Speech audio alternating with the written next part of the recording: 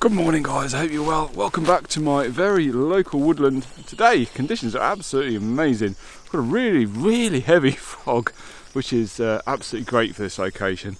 It really needs it, it really does, especially this time of year when all the foliage is dropped and everything is very stagnant and you're waiting for spring to arrive. So yeah, today I thought I'd touch on a few things. I wanted to talk a little bit about restrictions, not just in life and how we are at the minute in terms of, you know, the whole global situation, but about photography as well, and how restricting your photography can be a positive thing and also a negative thing. So yeah, I'm going to touch on that a little bit later, but first of all I'm going to head up to a location that I've previously scouted, and I've got a composition kind of in mind. I haven't really fine-tuned it, but I found a tree that I think offers quite a lot of character. I just need to spend a bit of time figuring out how to compose the image, but yeah, it's not too far down here, so yeah, see you in a second when we get there.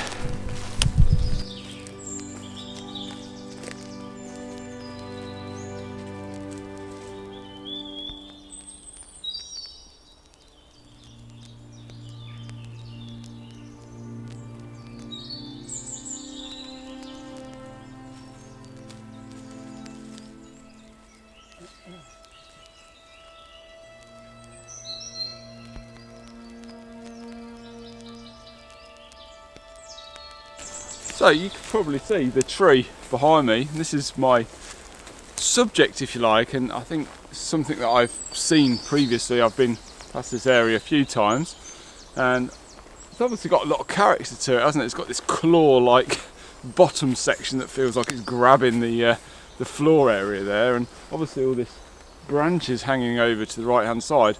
The problem I have with it is it looks like it should be framing something, and unfortunately there isn't really anything there that it seems to be framing apart from some vertical pines, and they cut through the composition and kind of slice the composition in half, and it just feels to me like it doesn't really, you know, it doesn't really fit together correctly, even though it's a very unique shape and not something you see very often. But I have noticed, and I hadn't seen this previously, there's an oak sapling just down there, a bit further down to the left.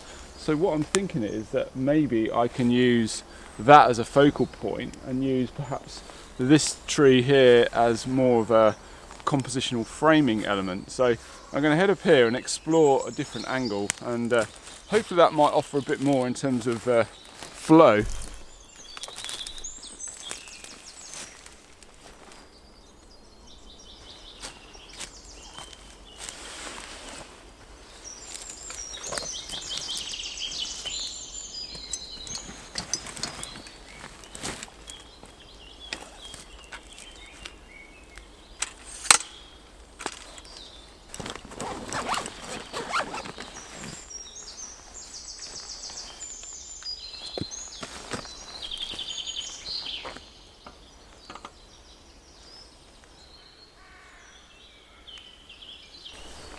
So, finally set up, and I think I've managed to hone in my composition. Now, I was really keen to see if I could get a shot to work with that oak sapling, but it wasn't to be. The shape of the tree naturally points to the right, and that oak sapling was sitting to the left, and it didn't really feel like it was, you know, balancing the composition properly. So I decided to scrap that idea and come back to my original angle, which offers the best view of the tree in terms of its shape and position within the woodland. But the issue I have is with these verticals, and that one to the right of the tree in particular that dissects the image in two. So I think I'm just going to have to run with that, and hopefully it's not going to be too much of a distraction. So the tree itself is very interesting actually. It looks like possibly at some point it's grown around a log, maybe when it was very young. It's grown around a log that was maybe lying on the ground, and it's maybe forced the trunk of the tree to split in two. So we've got this open area at the bottom. It's quite unique really, and again I guess that's made it kind of bend and twist and go all warped. And because it sits within all of these different vertical pines. It really does, you know, look completely unique in this area. So that's pretty cool, and that's obviously what's drawn me to it anyway. So in terms of my settings here, it's really simple. I'm at f10. This is one of the sharpest areas of this lens between f8 and f11. If you haven't checked out my recent review, if you like, on this lens that I did the other week, please be sure to go and check that out.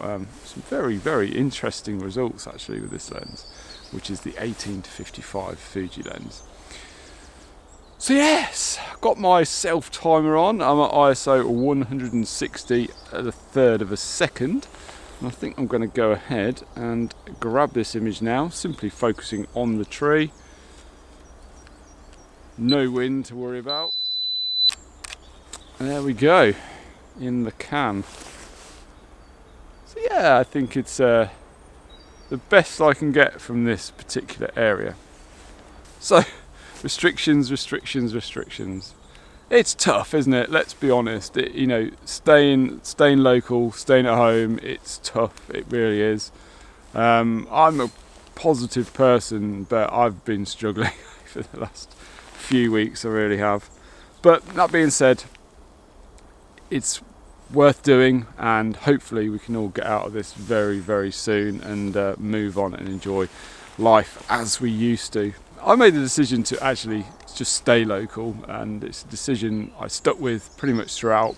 There was a little bit of a brief gap where they lifted the restrictions and I did go out and do a few little trips, but apart from that, I've stayed here in this local woodland of mine, and I think it felt to me like the right thing to do. I thought if I can make some difference, whether that be significant or very, very small, then it would be worthwhile doing, and sacrificing perhaps my portfolio and, you know, a few YouTube videos in the process is, you know, the grand scheme of things, it doesn't matter that much. And I think, you know, not being selfish is to the good of everybody, hopefully. So that's been my reason for staying local and shooting mainly woodland for the last 8 months or so. Now, there's been some positives to come out of that as well, because I've been able to really, you know, focus my attention to this place, get to know it really, really well. It's probably about 4 square miles, this actual area, and I think I've pretty much walked every single inch of it. But I haven't shot here in early spring, and that's something I'm really looking forward to doing when all the green, vibrant shoots come out, and yeah, we can really get a different vibe here. So I'm really looking forward to that. And that should be happening very, very soon. So that's another positive. I also wanted to talk a little bit about restrictions in terms of photography, how you can restrict yourself and how that can be a positive thing, but also how it can be a little bit of a negative as well. So I'm going to talk a little bit about that in a little while, but I think now I'm going to get myself packed up and see if I can find another composition here, or conditions are still really claggy. Yeah. What an amazing morning.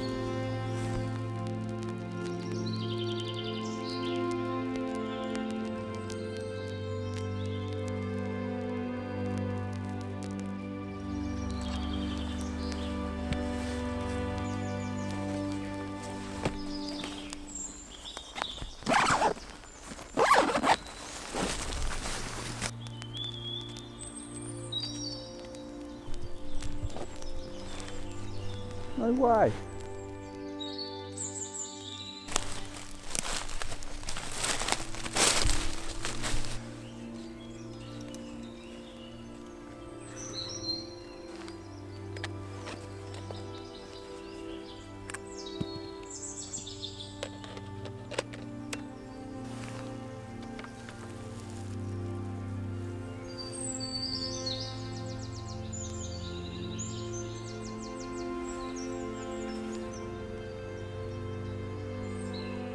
So I'm quite excited about this. I've busted the 50-140 lens out, zoomed in quite close.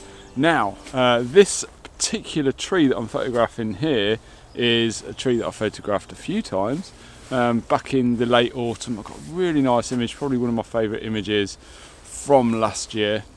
Never ever considered coming around this side and shooting it from the opposite angle. I don't know why I never explored it at the time.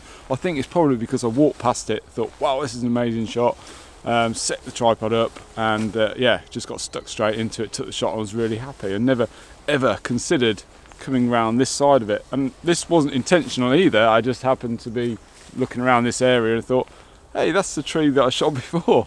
So and actually it's a completely different take on it. You'd never know it was the same tree, to be honest, from this angle. The backdrop is completely different.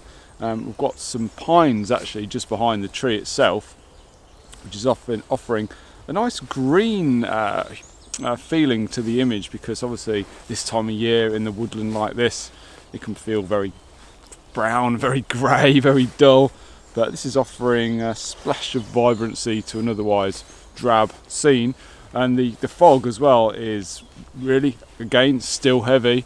We've got the break in the canopy, which is allowing some light to come into the scene as well. So it's really making the tree pop from the background. So that's really cool. I'm so stoked about this, and never considered it before. And as you can probably tell, I'm quite happy about that. So yeah, I'm quite a distance from the tree, and that's what that's doing. It's allowing me to concentrate just on that tree, because obviously my field of view is a lot narrower. I'm able to exclude all of the pines around it and just concentrate on that one single subject. And yeah, I quite like it. I'm at f7.1, which is ideal for this lens. I'm at 1/5 of a second, obviously ISO 160. 2-second timer is on. But before I take the shot, yeah, I just thought I'd talk a little bit more about the restrictions in terms of photography. And yeah, I think it's a good thing, you know, restricting yourself in terms of what you do. Having maybe days out with, say, just shooting a prime lens, for example, can really really help your photography. It can really make you explore new compositions and think a little bit more outside of the box, if you like, and that can really benefit your photography. And I've done that in the past, going out and just shooting with a prime lens, whether that be a 35 or a 50. And yeah, it's super fun, and definitely recommend doing that. It can really, yeah, just get the creative juices flowing a little bit if you're feeling like, you know, you perhaps want to explore new things, or you're feeling a little bit bored with your photography. So I highly recommend doing that. Just stick a 50 on your camera, go out and shoot for the day with a 50 and see what you come back with. It might get you thinking a little bit more about certain compositions within that focal length next time you go out and shoot. So yeah, highly recommend doing that. I've obviously been shooting some film, and that obviously really restricts what you can do with your photography. With my large format camera, I've only got a 150mm lens, and that's equivalent to around about 50 if you're on a full frame. So yeah, I mean, that's really restricted what I've been able to do, and I've been really enjoying that. But today you perhaps noticed that I don't have my film camera with me, and I've only got my digital setup with me. And that's because I felt like removing the shackles of film for the day and casting all that aside, and just going out and just enjoying the landscape and not putting any restrictions on myself, and just let myself feel more free. And yeah, just taking my time and, you know, enjoying perhaps the environment a little bit more, not having the restrictions. So there's some negatives and positives with both. And yeah, I think essentially it's a case of, you know, do what you feel like at the time. And yesterday I went into the studio and I got my film holder out. I was about to load up some Portra 400 to come here and shoot with today, and I thought, actually, no, I'm not going to do that. I'm not going to restrict myself to just shooting film with one focal length. I'm going to leave the film gear at home today and go out and shoot digital. And I'm glad I did, because I wouldn't have got this shot had I been here with my film camera, because the focal length would have incorporated too much sky, and that wouldn't have worked for this image. So really pleased that yeah, I made that decision today. But you know, it's all good fun, isn't it? It's all good fun. Anyway, I've got to stop waffling. I've got to get this photograph. So turn the camera on. Would help. Simple composition, focusing on the tree. Like I mentioned, all the settings before: 7.1, 1/5 of a second, ISO 160, manual focus on the tree. Right, time to find something else.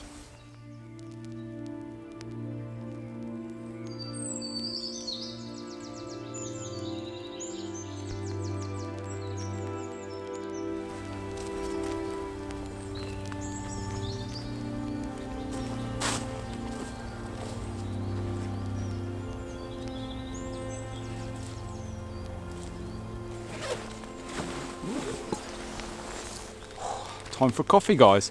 So I'm drinking a Lavazza at the minute, just in case you're wondering. I hope that's how you pronounce it. Italian coffee. So yeah, really nice actually. I'd highly recommend it. Anyway, back to the photography. This one is really complex, whereas the other two were just a single subject, really. This one is lots of different elements combined to hopefully make a really nice woodland scene.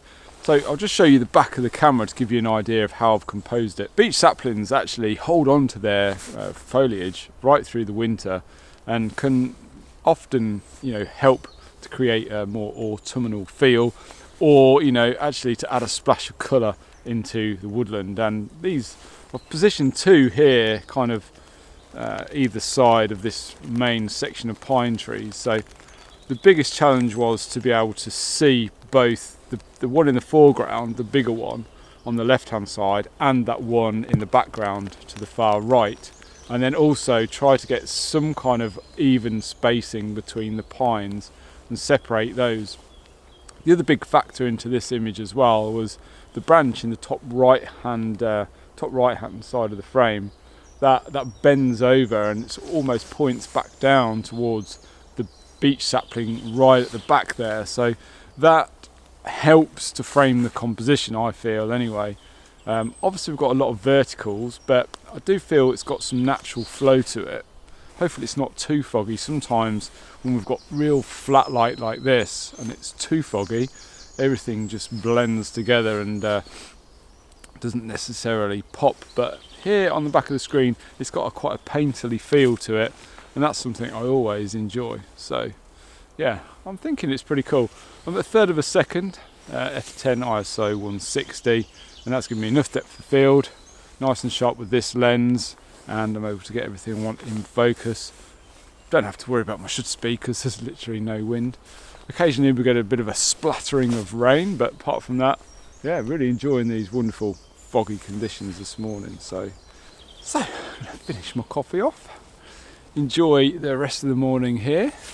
But I'm going to grab this image now while conditions are looking absolutely amazing.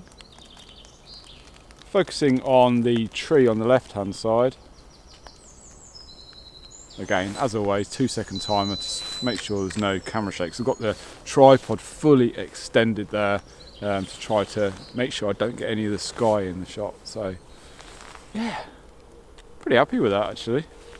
Nice winter woodland scene. So that pretty much wraps up the vlog today. Once again, thanks so much for everybody that supports me in all the different ways that I've got of supporting me, whether that by following me on Instagram or being a member of the photography club, or even just liking, subscribing and sharing these videos. Your support is very much appreciated.